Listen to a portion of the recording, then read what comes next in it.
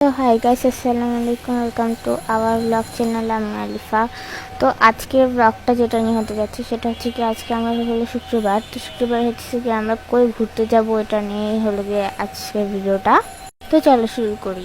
তো রিসেন্টলি আমরা হচ্ছে কি, তখন হচ্ছে আমরা ইয়েতে গেছিলাম, একটা দোকানটার নাম কি জানি বুঝতে পারছি না। তো পেশোয়ারি নিয়ে গেছিলাম, তো অনেক লাইন টাইন ছিল, তো তার জন্য আমি ভাবলাম যে একটু ঘুরতে যাই ওই দোকানটায় গেলাম। থ্রি পিসের দোকান তো ভালো লাগে না, এই দাম প্রচুর। তো এটা দেখার পর এখন আমরা চলে গেলাম পেশোয়ারিনে খেতে। পেশোয়ারিনে খাওয়ান ভালো লাগে, বাট ওখানে যে লাইনটা দিতে লাগে, তখন এত বিচ্ছিরি লাগে বলার বাইরে।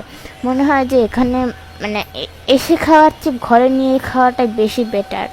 তো ওদিনকে আমরা একটু বাটার চিকেন আর নান নিয়েছিলাম, তো এই বাটার চিকেন আর নান দিয়ে খাইতেছিলাম। আমরা হচ্ছে গিয়া পেশোয়ারিনের খাওয়ান পছন্দ করি, কিন্তু বুঝে বললাম না যে লাইন টাইন দিতে হয়, তার জন্য আরও বিচ্ছিরি লাগে। কিন্তু আমার কাছে ওদিনকে যেদিন খাইছিলাম, তো খাওয়ানটা হচ্ছে কেমন হয়েছিল যে যে আগে খাওয়ানগুলো খেতাম ওটি করে একটু বেশি মজা ছিল। আর তখন যেটা খাইছে ওইটা একটু একটু কম ভালো লাগছে, মিডিয়াম ভালো লাগছে, কিন্তু ভালোই ছিল মোটামুটি বলা যায়। কেননা তখন একটু তেল তেল কেমন জানি লাগছিলো। দেন তারপর নিয়ে নিই লাচ্ছিটা হচ্ছে কি আমাদের কাছে ভালোই লাগছে। ওখানে হচ্ছে কি যেসব মালাই টালাই কি বলে এখন, ওইসব খেতে খাইলে ওইটা মুখে পড়লে অনেক মজা লাগে। দেন আমরা স্বপ্ন থেকে চলে গেলাম হচ্ছে গিয়ে সুশি লজিতে। সুশি লজির আমরা খাওয়ানোর আগেও খাইছি, সুশি খাইছি, তারপর একটু লুডুস খাইছিলাম আর খাইছিলাম রাইস, ওগুলো ভালোই লাগছে। তো দেখা যাক আজকে কী কী খাওয়া যায়। আমার কাছে দোকানটা দেখতে ভালোই লাগছে, কিন্তু তোমরা যারা মনে করেন সি ফুডের স্মেল সহ্য করতে পারো না, তো তোমরা ওখানে যাইও না, কেননা ওখানে যে স্মেলটা খুবই বিচ্ছিরি ছিল।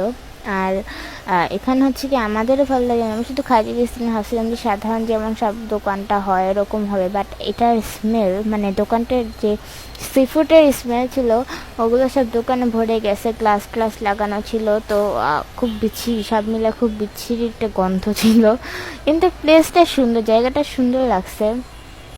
তো আমরা হচ্ছে কি দেন খাওয়ান চুজ করি যে আমরা কী খাবো না খাবো। এখন আর কি আমরা কিছুই বুঝতে পারছিলাম না যে আসলে আমরা কি খাবো। তারপরে দেখা হয়, তো অনেক ভেবে চিন্তে নেওয়া হয় একটা স্পাইসি সি ফুড রামেন, ওটার দাম ছিল 530 টাকা। দেন তারপর হচ্ছে কি সি ফুড রাইস, এটার দাম ছিল 160 টাকা। তো আমার কাছে খাওয়ানোর তুলনায় দামটা খুবই বেশি লাগছে, আর খাওয়ানোর টেস্ট তো মোটামুটি। এটা হচ্ছে কি আমাদের কাছে, আচ্ছা টেস্টের ব্যাপারে পরে বলে দিচ্ছি।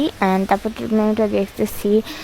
আর আমি বলি একটু দামটা কিন্তু খুবই বেশি রাখছে আমার কাছে, কেননা এতটুকু এত এই খাওন যদি আমরা 530 টাকা করে একটা রামেন 530 টাকা করে খাই, তাহলে কেমনে কি ভাই, এত দাম খুব বেশি দাম লাগছে আমার কাছে।